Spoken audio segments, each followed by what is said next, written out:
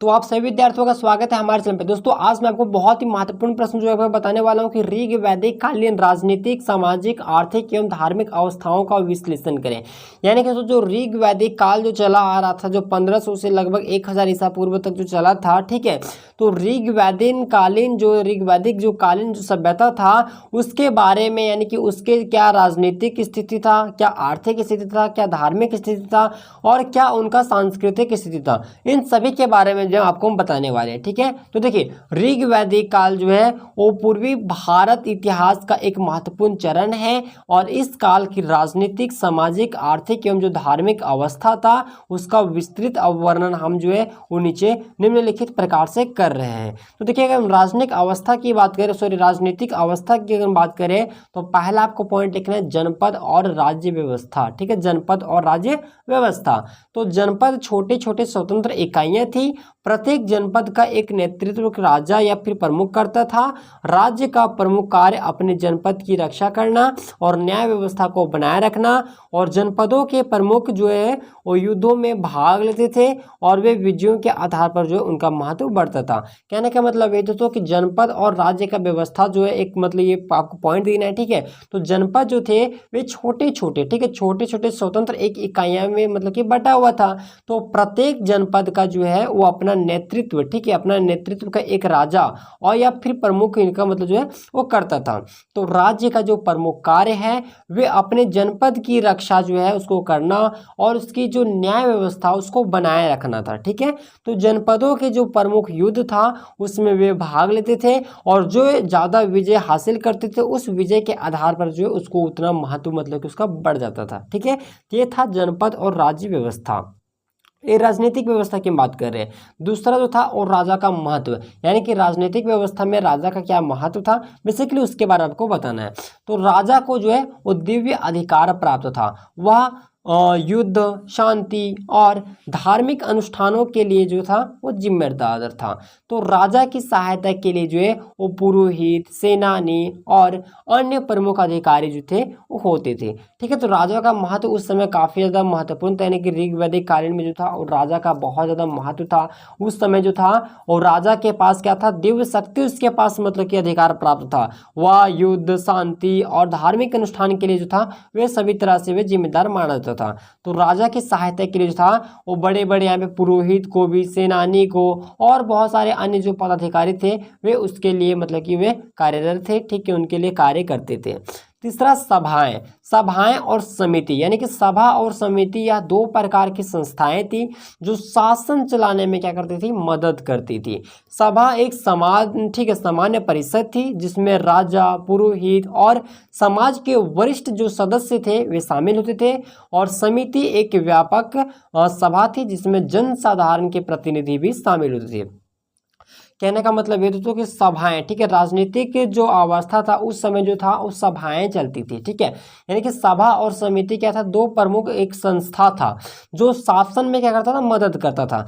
तो अगर हम सभा की अगर बात करें तो सभा जो था एक सामान्य प्रकार का क्या था, एक परिषद था जिसमें खास करके राजा, पुरोहित और समाज के जो वरिष्ठ नागरिक थे वे शामिल होते थे।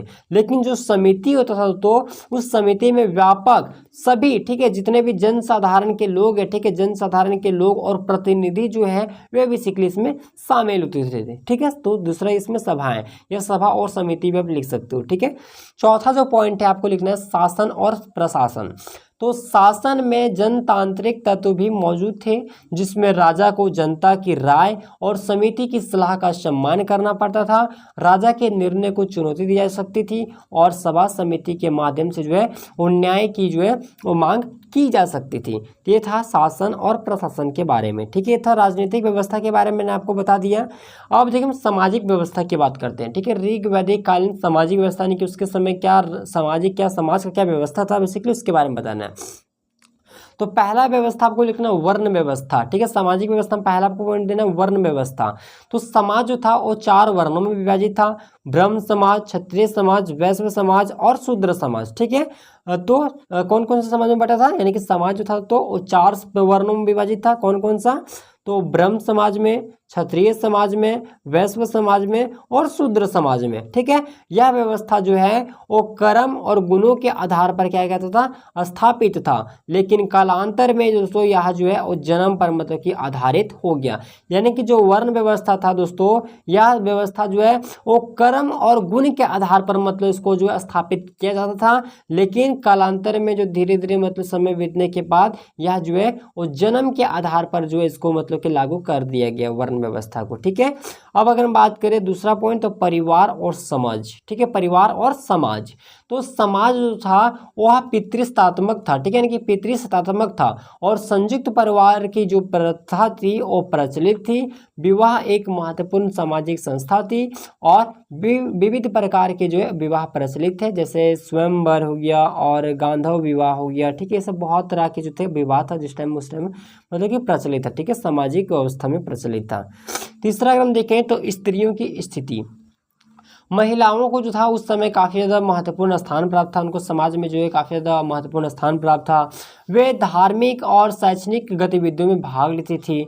हालांकि उनके कर्तव्य और भूमिकाओं को मुख्यतः परिवार और घरेलू कार्यों तक ही जो है सीमित किया जाता था।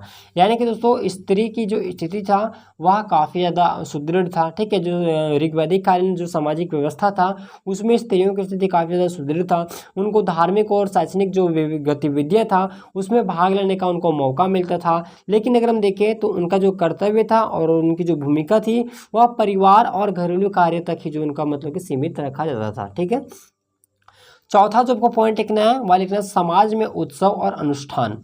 तो विभिन्न प्रकार के उत्सव और अनुष्ठानों का आयोजन किया जाता था, जिसमें धार्मिक अनुष्ठान और सामाजिक उत्सव भी शामिल होते थे।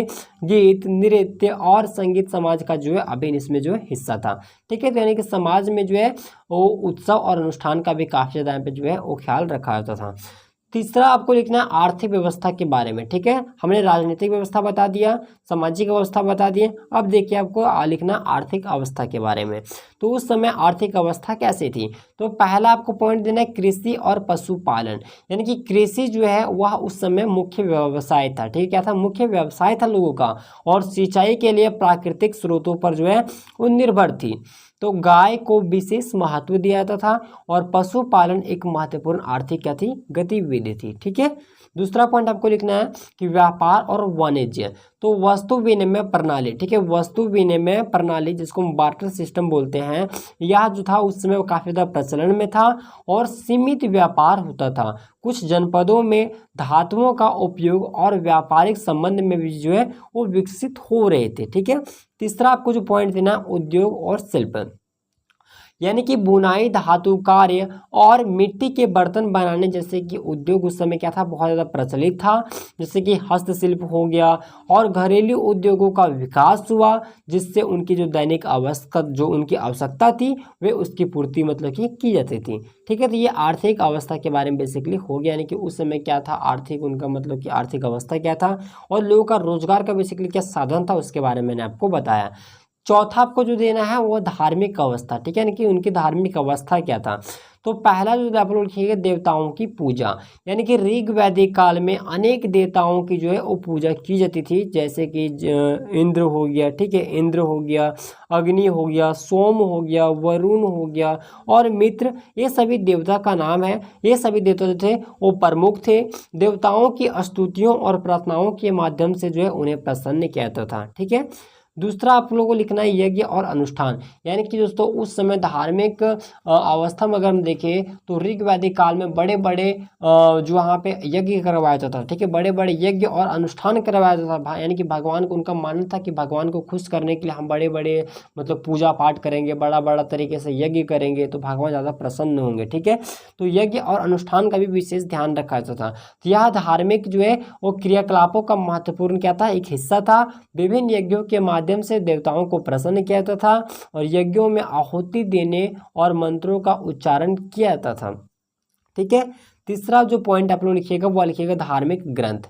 तो ऋग वैदिक काल इस काल का प्रमुख धार्मिक ग्रंथ है जिसमें स्तुतियों और प्रार्थनाएं शामिल है।